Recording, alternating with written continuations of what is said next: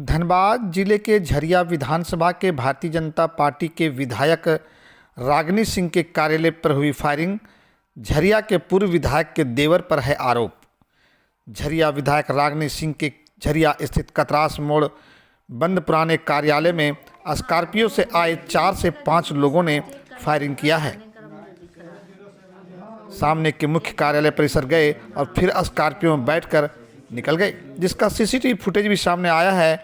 मामले में विधायक रागिनी सिंह ने झरिया थाने में लिखित शिकायत की है, जिस पर झरिया पुलिस मामले की गंभीरता से लेते हुए जांच पड़ताल कर रही है।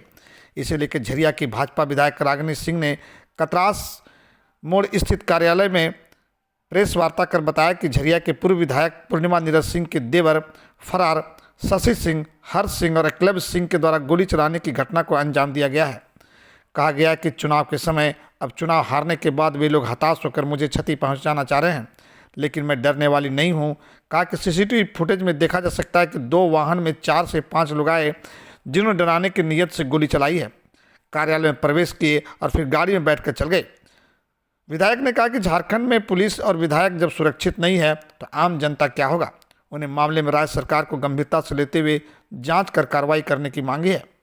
बताते चले कि विधानसभा चुनाव से ही कांग्रेस के पूर्व विधायक पूर्णिमा नीरज सिंह और झरिया विधायक रागिनी सिंह आमने सामने हैं। विधायक चुनाव के समय और चुनाव के बाद कई बार टकराव की नौबत आई है। अनमोल समाचार के लिए धनबाद से नीरज कुमार की रिपोर्ट।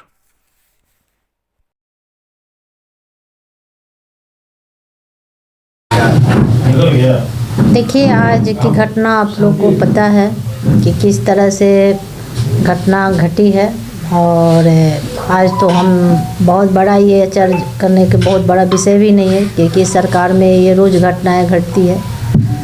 तो विषय यही है कि आज सुबह 7 बजे की जो घटना घटी है, क्योंकि 7 बजे मेरा कार्यक्रम आज झरिया विधानसभा में था, और कुछ लोगों क्या बहुत लोगों को मेरा कार्यक्रम जब भी होता है तो हम ग्रुप में छोड़ देते हैं, या बहुत सारे लोगों को पता चल जाता है कि हम पूरे सार्वजनिक तरीके से सूचना करके ही आते हैं। उस मंशा से अगर कहा जाए, या जिस मंशा से कहा जाए, जिस तरह से फुटेज कैमरा में दिख रहा है कि गाड़ी में बहुत सारे लोग बैठे हैं और 2 लोग उतरते हैं बाकायदा पिस्टल के साथ, और हमारे चेम्बर को इधर उधर देखते हैं और फिर निकल जाते हैं। तो सोच सकते हैं कि उनकी मानसिकता क्या है।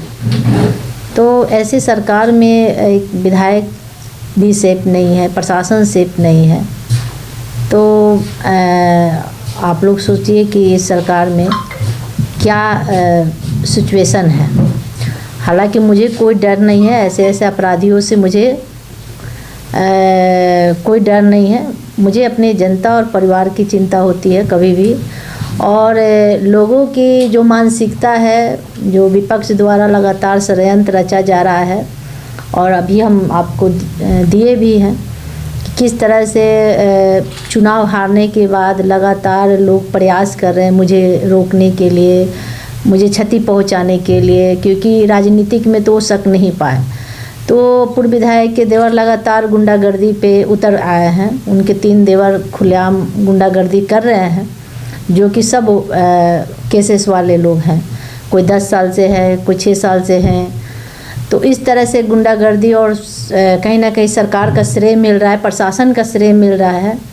लेकिन आज जिस तरह से घटनाएं घटी है, तो कहीं ना कहीं ये मंशा साफ था कि वो लोग मेरे पे जानलेवा हमला करने आए थे।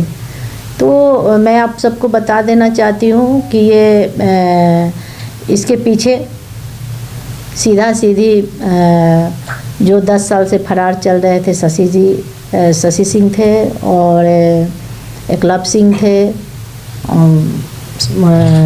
हर्ष सिंह थे।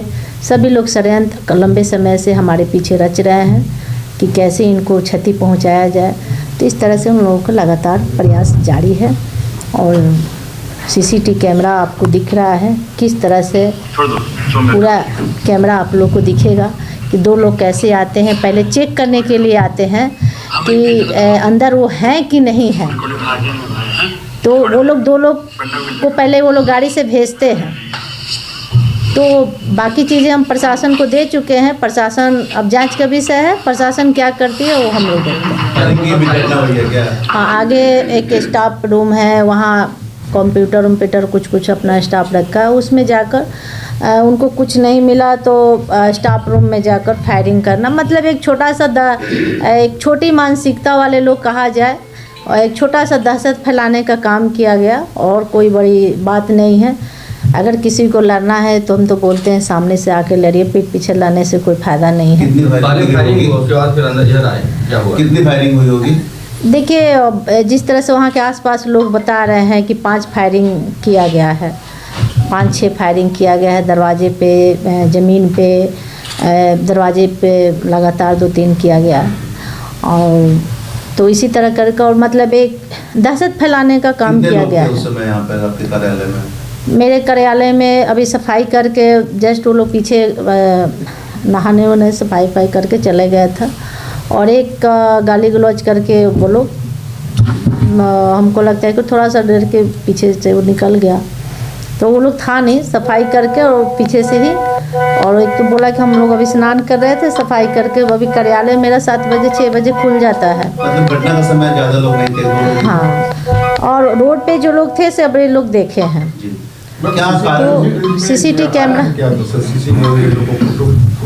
हाँ बिल्कुल आया है। अभी जैसे दिख रहा है, जो लोग दिख रहा है, क्योंकि थोड़ा सुबह में कुहासा था, उसके कारण से हम प्रशासन को दे भी चुके हैं कि वहाँ आगे गाड़ी लगती है, वहाँ से 2 लोग आते हैं सिर्फ ये देखने के लिए कि अंदर हम हैं या नहीं हैं, और आते हैं और फिर रिटर्न चले जाते हैं। और गाड़ी में कौन कौन से लोग हैं वो हमारे स्टाफ भी देखे हैं। तो वो सब चीज़ें हम अपने लिखित तौर पे दे चुके हैं प्रशासन को, प्रशासन अवगत। इस बात की भनक पहले उनको लगी थी क्या कि आज सुबह 6 बजे यहाँ पे आपको? बिल्कुल, हम अभी तो बता रहे हैं कि 7 बजे के मेरी यहाँ झरिया विधानसभा में दौरा थी। क्या कारण हो सकता है ये इस तरह से दहशत फैलाने के पीछे? देखिए, एक बार बार तो हम बोल रहे हैं कि लोग मेरे से राजनीतिक में नहीं सके, तो अब मुझे डराने का प्रयास किया जा रहा है, या तो मुझे क्षति पहुंचाने का प्रयास किया जा रहा है। जिस तरह से आज खुलेआम मेरे कार्यालय में घुसकर, तो कहीं ना कहीं मुझे जानलेवा हमला, मतलब इस तरह से कहा जाए तो जिस मानसा से वो लोग आए थे, तो कहीं ना कहीं वो मतलब मेरे पे जानलेवा हमला किया। चुनाव के समय में भी आपने लिख करके दिया था मुख्यमंत्री, डीजीपी, डीआईजी और एसएसपी को एक घटना को लेकर के कि मेरे साथ कभी भी जानलेवा हमला हो सकता है। उस समय भी प्रशासन अभी तक कोई कार्रवाई उसमें देखिए, और आज क्या लग रहा है इस पर प्रशासन कितना खड़ी हो जाएगी? इसलिए कि चुनाव में जो अपराधी तत्व के लोग थे वो खुलेआम घूम रहे थे, उनके जितने भी 10-12 और भी जितने अपराधी तत्व के लोग थे, बाहर से भी लोग आए थे और लोग घूम रहा था। तो प्रशासन श्रेय देता है किसको? अपराधी तत्व। जब यहाँ प्रशासन ही सेफ नहीं है, आप तो देखे बघमारा का घटना उदाहरण है, जब झारखंड में हमारे प्रशासन सेफ नहीं है, सुरक्षित नहीं है, तो आम जनता कहाँ से रह सकती है। लेकिन हम खुल के बता रहे हैं कि ऐसे 2 कौड़ी के लोगों से हम डरने वाले नहीं हैं, लड़ते रहेंगे, और चाहे कितना भी वो काम कर ले, कितना भी कुछ कर ले, उनके खिलाफ़ हम आवाज़ उठाते